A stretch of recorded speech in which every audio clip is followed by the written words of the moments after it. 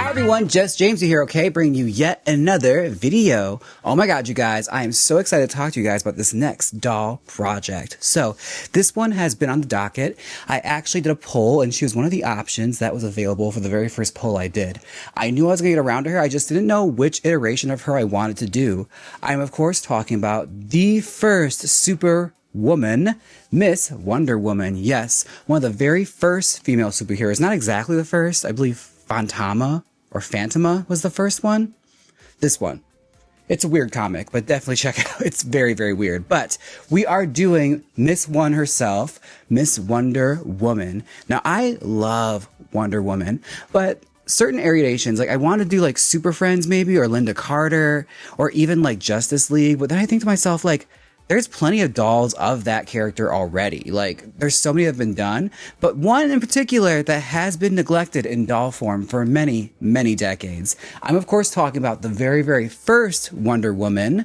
Yes, like the very fantastic, a little butch 1940s version of Wonder Woman, where she has like that powerful mullet, the tiara on her head, and the skirt. We cannot forget about the skirt. So let's get into Mr. William Moulton Marston's wonderful creation, Wonder Woman. Now, for a little context, Wonder Woman was actually made by a psychiatrist, William Moulton Marston. And she's sort of like the epitome of all things good about woman. And essentially a lot of the subtext in the comic books were that women were superior, which is a lot of what he like talked about in his studies.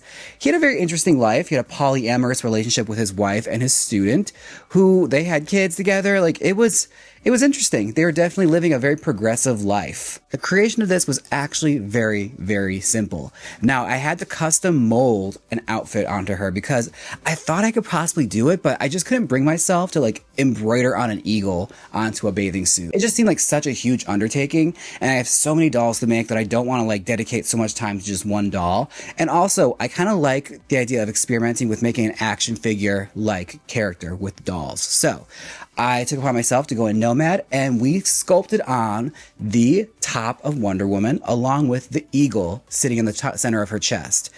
And I decided, like, since we're already here and I didn't know if I was going to do the skirt or not, I was kind of torn on the skirt, whether or not I would include it or not.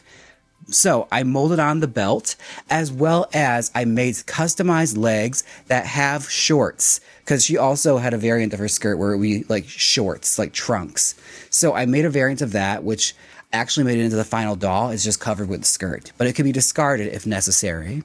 But this is a lot of fun. Now, I got to actually reuse some things from previous projects, like Storm's gauntlets. I got to reuse those for Wonder Woman's bulletproof bracelets. And I actually had to custom make a faceplate for this doll. So I had to form a tiara in the program.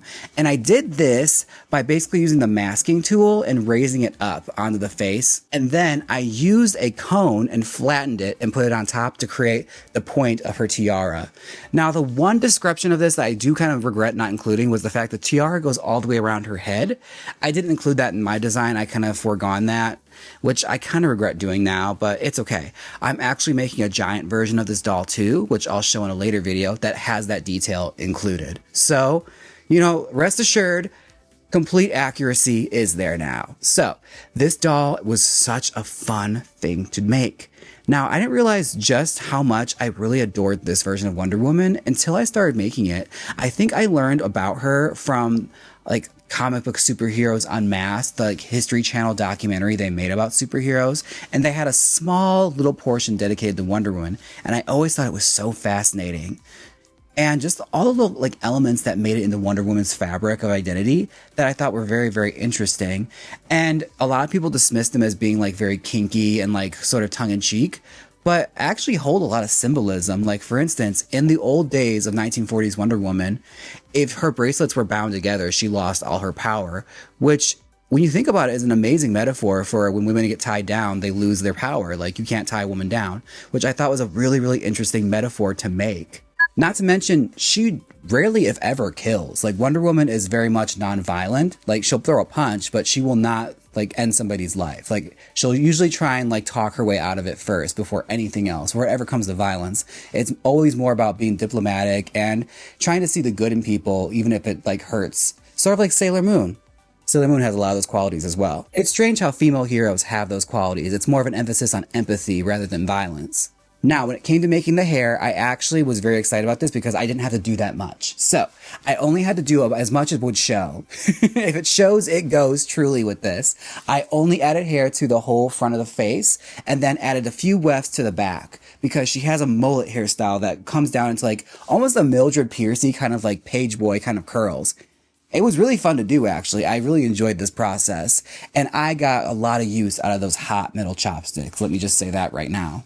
Now, searching for the skirt was a lot of work. I was initially not going to include it because it was just so hard to find fabric that was the right scale to the doll. Like, believe it or not, I went through so many pages of Etsy trying to find the proper bicentennial fabric to make this skirt. Either one was either too blue, too dark, too many stars, or just not the right scale entirely, or just like that standard blue drag queen star, like shiny fabric that every queen uses for their Wonder Woman costume. But I settled on this. It was the perfect shade of blue. It's on cotton fabric, but for a doll, it really doesn't matter because I'm going to gather it anyway. I only needed like a foot of it. We're going to make it work.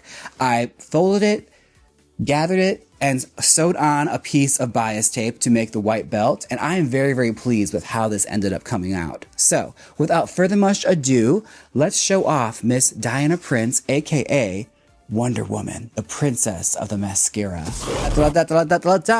Here she is, Wonder Woman, but she's missing just one thing. Her magical lasso, or the lasso of truth. I prefer the magic lasso. That's what it was in the original iteration. She had the magic lasso. But check her out. I think she looks so, so pretty. Like, I molded the boots as well. She has a very specific kind of superhero boot. I was initially going to reuse the ones I made for Sailor Moon, but that's like more modern.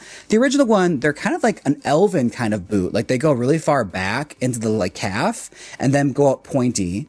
Like, there's a lot of little small details that I almost like didn't include, but I figured we have to include them.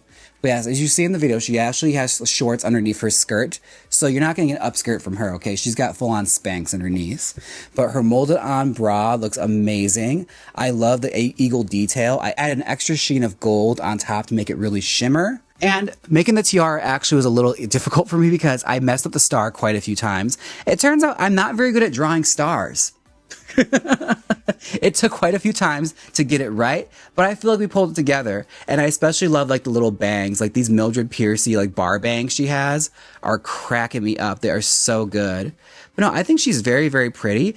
And despite how feminine this like base doll is, the classique Misty is, she looks a little butch. She definitely is capturing that butch Wonder Woman aesthetic. The only thing I have to do now is just stay stitches onto her skirt so it stays still. But for the most part, she's got her loose lasso. I'm loving it. I feel like she's a lot of fun. Definitely check out those old Wonder Woman comics in the 40s because they are wild. There's like issues where she's riding kangaroos or like she's got these like gang of sorority sisters that help her out and get into hijinks. Steve Trevor is constantly in peril and she's got the weirdest villains you will ever see, from a gigantic gorilla to a socialite that decides she wants a life of crime and dresses up like a cheetah. Like, it's weird and it's fun and it's riddled with kinks and fetishes and all sorts of like fun stuff that really was skirting by in the 1940s. But yeah, definitely check out Miss Wonder Woman. Let me know what you guys think down below. I think she came out great. She's one of my favorite dolls I've done so far. And I'm so excited to do more because next week we're going to get a little kooky. Be sure and tune in for that. But let me know what you think down below of Miss Wonder Woman. I think she came out pretty darn good. I have to say, I feel like my face-ups are getting better and better the more I do them. Now, let me know what you think down below. Be sure and like, comment, subscribe. As a doll you want to see, be sure and let me know. What's your favorite iteration of Wonder Woman? I want to know, okay? Is it Linda Carter? Is it Justice League? Or is it the classic? Or that one weird period where she lost all her powers and learned karate? Let me know.